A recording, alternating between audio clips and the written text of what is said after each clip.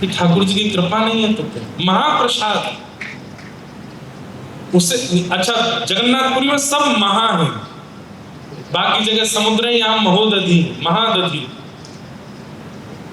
बाकी जगह प्रभु है, यहाँ महाप्रभु, बाकी जगह प्रसाद है, यहाँ महाप्रसाद, सब कुछ महा है यहाँ।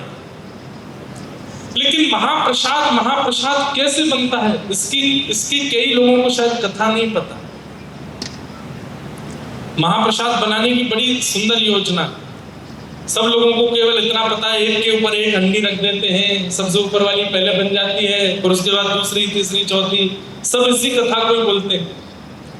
पर महाप्रसाद बनाने का सबसे पहला रूप, जितने भी महाप्रसाद बनाने वाले जो सेवक हैं वे सब लक्ष्मी जी का आवाहन करके जाते हैं, और वे जब ठाकुर जी का प्रसाद सिद्ध करते हैं, सब विश्व की सबसे बड़ी पाकशाला है जगन्नाथ भगवान की जो रसोई है, और वे वहां पाक बनाने वाले, ठाकुर जी का प्रसाद बनाने वाले जितने भी सेवक हैं, उनको यह भूलना पड़ता है कि हम कौन हैं, उनको यह भाव लाना पड़ता है कि हम जगन्नाथ जी की पत्नी लक्ष्मी, और इस भाव को धारण करके जब वे जाते हैं तभी महाप्रसाद सिद्ध होता है। पहली बात, एक के भी मन में ये भाव आ गया कि मैं पंडा हूं, मैं पुजारी हूं, मैं पाकशाली हूं, या मैं कुछ और हूं, या मेरा रमेश नाम है, मेरा दिनेश नाम है, मैं ऐसा हूं, मैं वैसा हूं, महाप्रसाद में कोई कमी रह जाएगी, या फिर वो महाप्रसाद ठाकुर जी तक नहीं पहुंचेगा। उसके अंदर ये भावना उसको लानी ही पड़ती है कि हम ठाकुर जी की गृहिणी, हम ठाकुर जी की पत्नी है लक्ष्मी, पहली क्रिया। फिर दूसरा, गोपाल मंत्र का उच्चारण करके उसको सिद्ध किया जाता है। तीसरा, मुख पर घाटा बांध करके उसकी सुगंधी भी भीतर ना चली जाए, उस प्रसाद को लेकर के ठाकुर जी के सम्मुख जाया जाता है। उसकी और भी विधियां हैं, ऊपर से कोई पक्षी भी नहीं निकलेगा, कोई मानव भी नहीं निकलेगा जब महाप्रसाद ठाकुर जी के सम्मुख जाएगा। अभी तक वो प्रसाद है, महा नहीं हुआ अभी। फिर ठाकुर जी के सम्मुख रखा जाता है, फिर पंचोपचार करके ठाकुर जी को भोग निवेदित किया जाता है। फिर उसके बाद में भीतर जितने भी 12 भागवतों का भोग लगाया जाता है, अंदर जितने भी मंदिर हैं सब जगह भोग पधराया जाता है। फिर विमला देवी के सम्मुख उस प्रसाद को पधराया जाता है, और जब विमला देवी भोग लगा लेती हैं तब तो उसका नाम होता है महाप्रसाद। फिर वो महाप्रसाद बनता है। उसकी एक कणिका भी यदि पा ली जाए उसका कितना कितना गुना पर। अब एक बार नारद जी वैकुंठ गए, लक्ष्मी जी सब सहचरियों के साथ में प्रसाद सिद्ध कर रही थी, ठाकुर जी चौकी पर बैठे थे। तो नारद जी बोले, मैं बस कीर्तन करता रहता हूँ, कथा गाता रहता हूँ, मेरी भी इच्छा होती है कि मैं भी आप लोगों की तरह ठाकुर जी की सेवा में रहूं।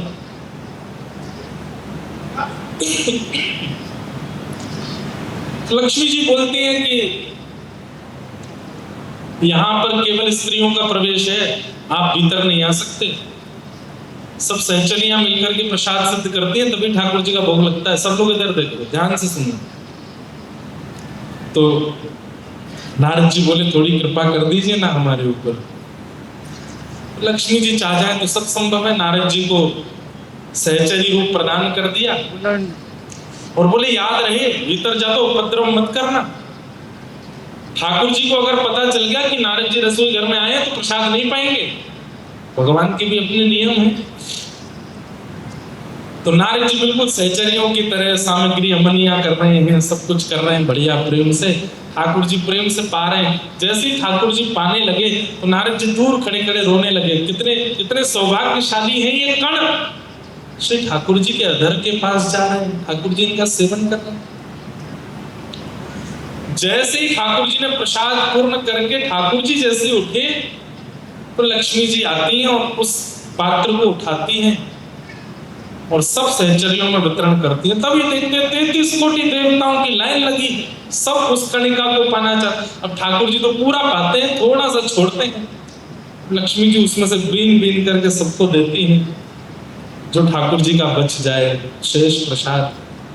नारद जी ने हाथ फैलाए तो एक कणिका मिली आपने कहा एक और दे दीजिए। लक्ष्मी जी बोली इतने सब लोग हैं, लेकिन ठीक है दे देती हूँ, आज ही दे रही हूँ, कल से नहीं दूंगी। 2 कणिका महाप्रसाद की नारद जी को दी। वैकुंठ से बाहर आकर के नारद जी ने जैसी एक कणिका पाई, आहा, नारद जी तो झूमने लगे, प्रेम पुलकित नेत्र हो गए, प्रेमाश्रु प्रकट हो गए, प्रेम की जितनी अवस्था है सहज ही सब अंग में प्रकट होने लगी। हे श्याम सुंदर, हे मधुसूदन, हे मुरारी, हे मुरलीधर, हे जगन्नाथ, ऐसा कहकर के जैसे विरहिणी गोपी कोई रुदन करती है, कृष्ण प्रेम ऐसा प्रस्फुटित हुआ उनके चित्त में, ऐसा पहले कभी नहीं हुआ। नारद जी प्रेम मगन नृत्य करते करते करते करते हिमालय में पहुंचे, और तभी कैलाश पर बैठे हुए महादेव ने जब नारद जी को देखा, कई बार ऐसा होता है ना किसी का रूप देख करके, किसी के वस्त्र देख करके, किसी की स्थिति देख के हमारे मन में इच्छा हो जाती है काश हम भी ऐसे होते, काश हम भी ऐसे बोलते, काश ऐसे वस्त्र हम भी पहनते, काश ऐसा नृत्य हम भी करते, काश ऐसा हम भी गाते। नारद जी को देख करके महादेव के मन में हुआ कि भाई ये जिस स्थिति में कृष्ण नाम गा रहे हैं, ऐसी स्थिति में तो मैं भी कभी नहीं आया। नारद जी के पास जाकर के नारद जी का आलिंगन किया। नारद जी तो बस प्रेमाश्रु में रोते जा रहे हैं, हे माधव, मधुसूदन, मुरारी। और प्रेम पुलकित कोई हो, कोई और उसका स्पर्श कर दे तो प्रेम घट जाता है। नारद जी का प्रेम जब शांत हुआ, महादेव बोले लाखों वर्षों से तपस्या कर रहे हैं, ऐसी स्थिति हमारी कभी नहीं बनी जैसी आपकी अभी बन रही थी। कैसे बनी? ऐसा क्या सुन लिया, ऐसा क्या पा लिया, या ऐसा क्या देख लिया जिससे आपकी ऐसी स्थिति, हमें भी बता दो, हम भी करेंगे। तब नारद जी ने महाप्रसाद लिखा, बोले 2 कणिका मिले थे मुझे ठाकुर जी के उच्छिष्ट भोग के, एक तो पा लिया मैंने, एक बच्चा। महादेव बोले हमको भी दे दो। नारद जी बोले ठीक है आपको दे दो। जैसे ही नारद जी ने महाप्रसाद दिया, महादेव ने पाया तो जैसी नारद जी की अवस्था वैसी महादेव की भी हो गई। प्रेम पुलकित होकर के रुदन करने लगे, जटाजूट खोल करके नृत्य करने लगे, और बस माधव, मधुसूदन, कृष्ण, मुरारी, यही नाम गाते गाते पूरे हिमालय पर नृत्य कर रहे हैं महादेव, और विरहिणी गोपियों की तरह रो रहे हैं। नारद जी और महादेव दोनों को नृत्य करता विरह में विलीन देखता पार्वती जी ने जब देखा, तो पार्वती जी बोली ये स्थिति कैसे बनी? तो नारद जी का तो प्रेम थोड़ा सा शांत हो चुका था। पार्वती जी को देख के नारद जी उनके पास आ गए। पार्वती जी बोली गुरुदेव ये स्थिति कैसे बनी? बोले ठाकुर जी का महाप्रसाद मिला था, 2 कणिका मिली थी, एक मैंने पाली, एक महादेव को दे दी। पार्वती जी को आया क्रोध, बोले मेरे को नहीं दिया इन्होंने। महादेव को बुला करके कहा महाप्रसाद आपको मिला, आपने मुझे क्यों नहीं दिया, मैं गृहिणी हूं। बोले देवी एक ही था। बोले आधा कर देते, आधा आप पाते आधा मैं पाती। महादेव बोले ठाकुर जी का प्रसाद था, उसमें आधा करना, बंटवारा करना ही हमको शोभा नहीं दिया, हम तो पूरा पा गए। पार्वती जी रुष्ट होकर के, गुस्सा होकर के हिमालय की ऊंची चोटी पर गई और वहां जाकर के तप में बैठ गई। 1000 वर्ष तप किया। 1000 वर्ष के तप के बाद जब ठाकुर जी प्रकट हुए शंख चक्र गदा पद्म धारण करके, पार्वती जी से कहा माँ क्या बात है, क्यों तपस्या कर रही हैं, क्या चाहिए आपको? तो पार्वती जी क्या कहती है, मुझे महाप्रसाद दे दो। ठाकुर जी बोले 1000 वर्ष की तपस्या के बदले महाप्रसाद चाहिए आपको? कोई मेरा दर्शन मांगता है, कोई मेरा संग मांगता है, कोई वैकुंठ मांगता है, कोई मुक्ति मांगता है, कोई मुक्ति मांगता है, कोई प्रेम मांगता है, कोई कुछ भी मांगे, महाप्रसाद कौन मांगता है? वो भी 1000 वर्ष की तपस्या के बाद। पार्वती जी बोली हमको बस महाप्रसाद ही चाहिए। बोले मां आपकी तपस्या के बदले यदि मैं एक बार महाप्रसाद दूंगा तो मुझे संतुष्टि नहीं होगी, इसलिए अभी तो मैं थोड़ा महाप्रसाद देता हूं अपना, लेकिन मैं वचन देता हूं कलिकाल में जब महाप्रभु जगन्नाथ के रूप में मैं नीलाचल धाम में विराजूंगा तब आप विमला देवी के रूप में वहां विराजे और मेरा नित्य प्रसाद आप पाएंगे। जब तक आपको प्रसाद नहीं बनाया जाएगा तब तक वो महाप्रसाद बनेगा ही नहीं। नित्य आपको प्रसाद मिलेगा। दूर खड़े नारद जी और शंकर जी बोले हम पे भी कर दो कृपा। बोले आपको भी इनके आगे हाथ पसारने पड़ेंगे तभी मिलेगा। तब से विमला देवी को नित्य महाप्रसाद का ठाकुर जी का भोग लगा। ऐसे जगन्नाथपुरी के हमारे श्री जगन्नाथ और उनका महाप्रसाद आप सब तो यहाँ के निवासी सब जानते ही होंगे। हम तो बहुत ध्यान रखते हैं महाप्रसाद पाने, ऊपर बैठ के नहीं पाना, नीचे बैठ के पाना है, किसी के साथ भी पा सकते हैं, एक कणिका भी छोड़नी नहीं है। और एक और नियम है, महाप्रसाद पाने के बाद हाथ नहीं धोने। आप कहोगे तो ऐसे घूमे, उसका भाव तो ऐसा है कि जब महाप्रसाद पालें उसके बाद में उस हस्तकमल को आप ऐसे ही रखो, थोड़ी देर में जब वो सूख जाएगा तो उसको ऐसे चूरा करके जो उसका थोड़ा बचे उसको भी पालो और उसके बाद शेष जो है उसको पूरा ऐसे लगा लो अपने अंग पर। जब एक एक कणी का पूरे अंग पर लग जाए, एक भी कण ना बचे तब हाथ धो सकते हैं। तो हाथ भी नहीं धोने चाहिए। बड़े नियम है महाप्रसाद। तो ये सब महाप्रसाद की कृपा और इस महाप्रसाद की कृपा हम पर हर कथा में होगी। हर कथा में महाप्रसाद प्राप्त होगा। किनकी कृपा से? भागवत जी की। श्रीमद् भागवतम शास्त्रम कलौ कीरेण भाषितम्। ऐसी भागवत जी।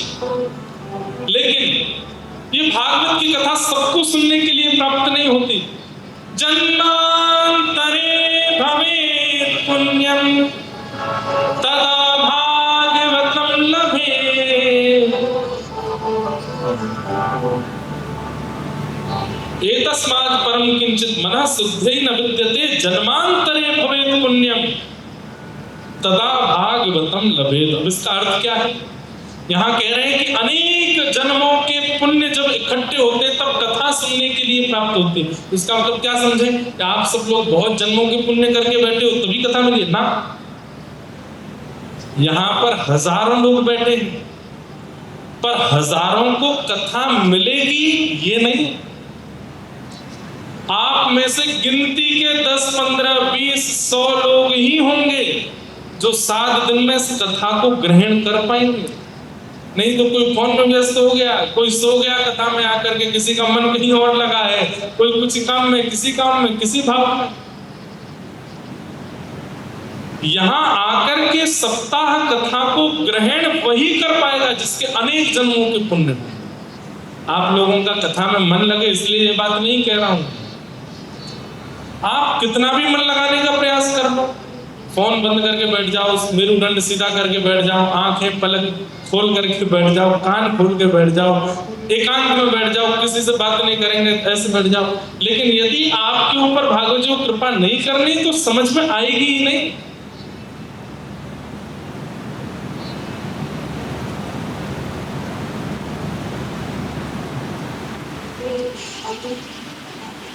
एक व्यास जी कहीं कथा करके आए राजा के यहाँ,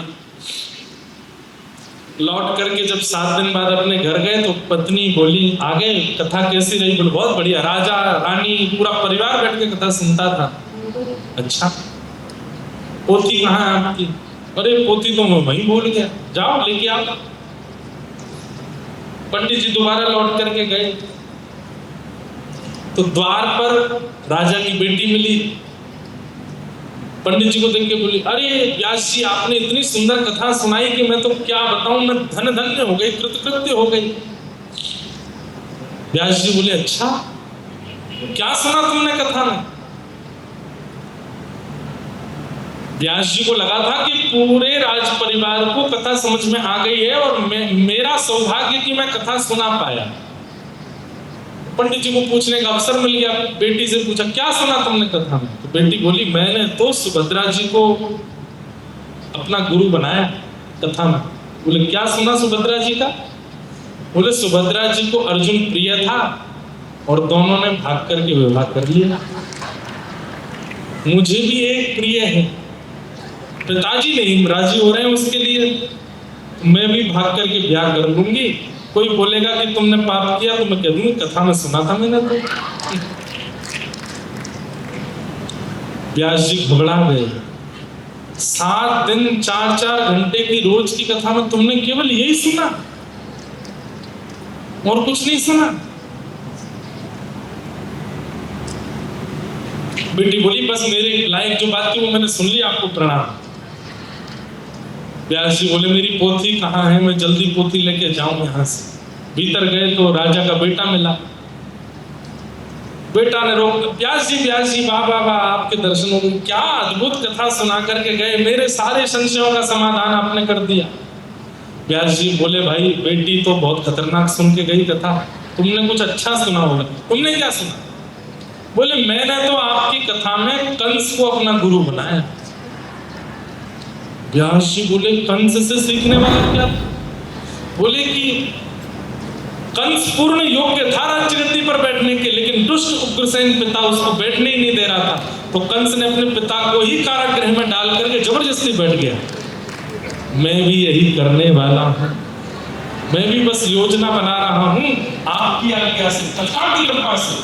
कोई मुझसे कहेगा तो कह दूंगा मैंने कथा में सुना था, और अपने पिता को एक दिन बंदी बना करके जेल में डालूंगा और इस राज सिंहासन पर स्वयं बैठ जाऊंगा। आप ही आना मेरा राज्याभिषेक करने के लिए, आपकी कृपा से तो हुआ है। व्यास जी बोले राजा को ये बात पता चली उससे पहले मैं पोथी लेके भागूं यहाँ से। और आगे गए तो राजा की पत्नी मिल गई, महारानी मिली। तो अरे पंडित जी व्यास जी क्या अद्भुत कथा सुना करके गए थे आप, आपने क्या सुना? आपने कुछ अच्छा सुना? बोले मैंने वो सुना जो किसी ने नहीं सुना हो। बोले क्या सुना जरा बताइए। मैंने तो द्रौपदी को अपना गुरु माना। क्यों? बोले आपने एक दिन कथा में कहा था कि द्रौपदी जो है वो प्रातः स्मरणीय, प्रातः काल उठकर के पंच नारियों का स्मरण किया जाए तो जीवन उद्धार हो जाता है। उसमें एक नाम द्रौपदी का भी, क्योंकि मेरे को लगता है द्रौपदी के 5 पति हैं। मेरा भी एक पति से मन भर गया, मैंने भी अपने राज में 4 पति और ढूंढ लिए हैं, इनसे भी ब्याह कर लूंगी। पंडित जी भागे मन से। व्यास जी ने देखा मेरी पोथी कहाँ है, तब देखा तो राज सिंहासन के बगल में पोथी जी रखी थी, राजा बैठा था। व्यास जी गए, बोले राजन मेरी पोथी दे जाइए। बोले महाराज आपने बहुत अद्भुत कथा सुनाई, आपने अपनी कथा में एक प्रसंग सुनाया था कि भगवान श्री कृष्ण शांति दूत बन करके गए और दुर्योधन से जाकर के कहते हैं कि पंच गांव दे दो, पांडवों को युद्ध की आवश्यकता नहीं है। तो दुर्योधन ने कहा सुचक्रैव न दास्यामि बिना युद्धेन केशव, मैं सुई के नोक की बराबर जमीन भी बिना युद्ध के नहीं दूंगा। मुझे पता है आप पोथी के बहाने दक्षिणा लेने आए हो कथा की, पर मैं बिना युद्ध के एक फूटी कौड़ी में नहीं दूंगा। आपको अपनी कथा की दक्षिणा चाहिए तो पहले युद्ध करो। ये मैंने दुर्योधन आपकी कथा से सीखा था। व्यास जी बोले मुझे दक्षिणा नहीं चाहिए, मेरी पोथी दो मैं चलूं। कथा का कई बार कई लोग अनर्थ अर्थ लगा लेते हैं और उस अनर्थ के कारण अपनी सुनी। इसका भी क्या अर्थ लगाना चाहिए कि ये उनके पुण्य नहीं थे इतने, उनका भाग्य नहीं था इतना कि वो श्रेष्ठ भाव सुन सके। वे केवल वही सुन पाए जिससे उनका अनहित होना था। इसलिए कथा में भीड़ कितनी है, कितने हजार लोग कथा सुनने आए, ये बड़ी बात नहीं है। उन हजारों में समझ में किसको आ रही है, किसके जीवन को परिवर्तित हो रही है, किसके जीवन का उद्धार कर रही है, ये विशेष बात। तो इसलिए आप लोग प्रयास करो कि आपको कथा उतरे जीवन में, और कथा उतरेगी तो आपके लक्षण क्या होंगे? पहला लक्षण मौन, थोड़े शांत हो जाओगे आप, कथा उतरेगी तो। दूसरा लक्षण चिंतन प्रारंभ हो जाएगा, एकांत में रहकर के मनन करने लग जाओगे। तीसरा सृष्टि असत्य है मिथ्या है, केवल नाथ ही परम सत्य है, ये स्पष्ट हो जाएगा मन में। चौथा, मेरे जीवन के बहुत कम दिन बचे हैं, अब मुझे भगवत प्राप्ति का साधन करना है, इसकी चिंता प्रारंभ हो जाएगी।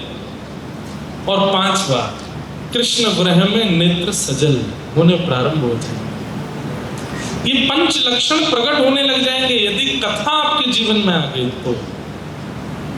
अब कोई जानबूझ करके करने लगे तो बात अलग है, कलयुगी जीव है, कहो तो शांति घूमने लग जाए, कहो तो आंखों पे कपूर लगा करके जगन्नाथपुरी की तरह घूमे कि आंसू निकल रहे हैं हमारी कथा के बाद। प्रत्यक्ष यदि एतस्माद् परम किंचित् मनः शुद्ध्यैन विद्यते जन्मांतरे भवेत् पुण्यं तदा भागवतं लभेत्। भागवत जी तभी प्राप्त होंगी जब अनेक जन्मों के पुण्य स्पष्ट होंगे। तो कथा में आ तो गए हैं, अब कथा समझ में भी आनी चाहिए, कथा जीवन में उतरनी भी चाहिए, कथा लगनी चाहिए आपके ऊपर, तब समझो कि भगवत कृपा है।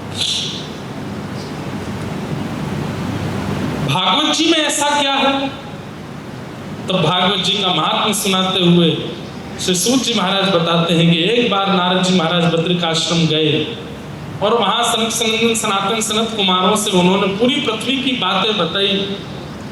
तभी उन्होंने कहा कि वृंदावन में मैंने एक युवती को देखा, उस युवा कन्या की गोद में 2 वृद्ध लेटे थे। वो युवती भक्ति महारानी थी और वे 2 वृद्ध बालक उसके पुत्र ज्ञान और वैराग्य। माँ युवा है, बालक वृद्ध है। माँ कौन है? भक्ति। और बालक कौन है? ज्ञान और वैराग्य। आज भी बंधुओं भक्ति युवा है पर ज्ञान वैराग्य शून्य है। जगन्नाथपुरी में लाखों लोगों की भीड़ जा रही है दर्शन करने के लिए, पर कई बार कई लोग ज्ञान शून्य और वैराग्य शून्य। जगन्नाथ चक्कानैन जगन्नाथ चक्कानैन लीला चल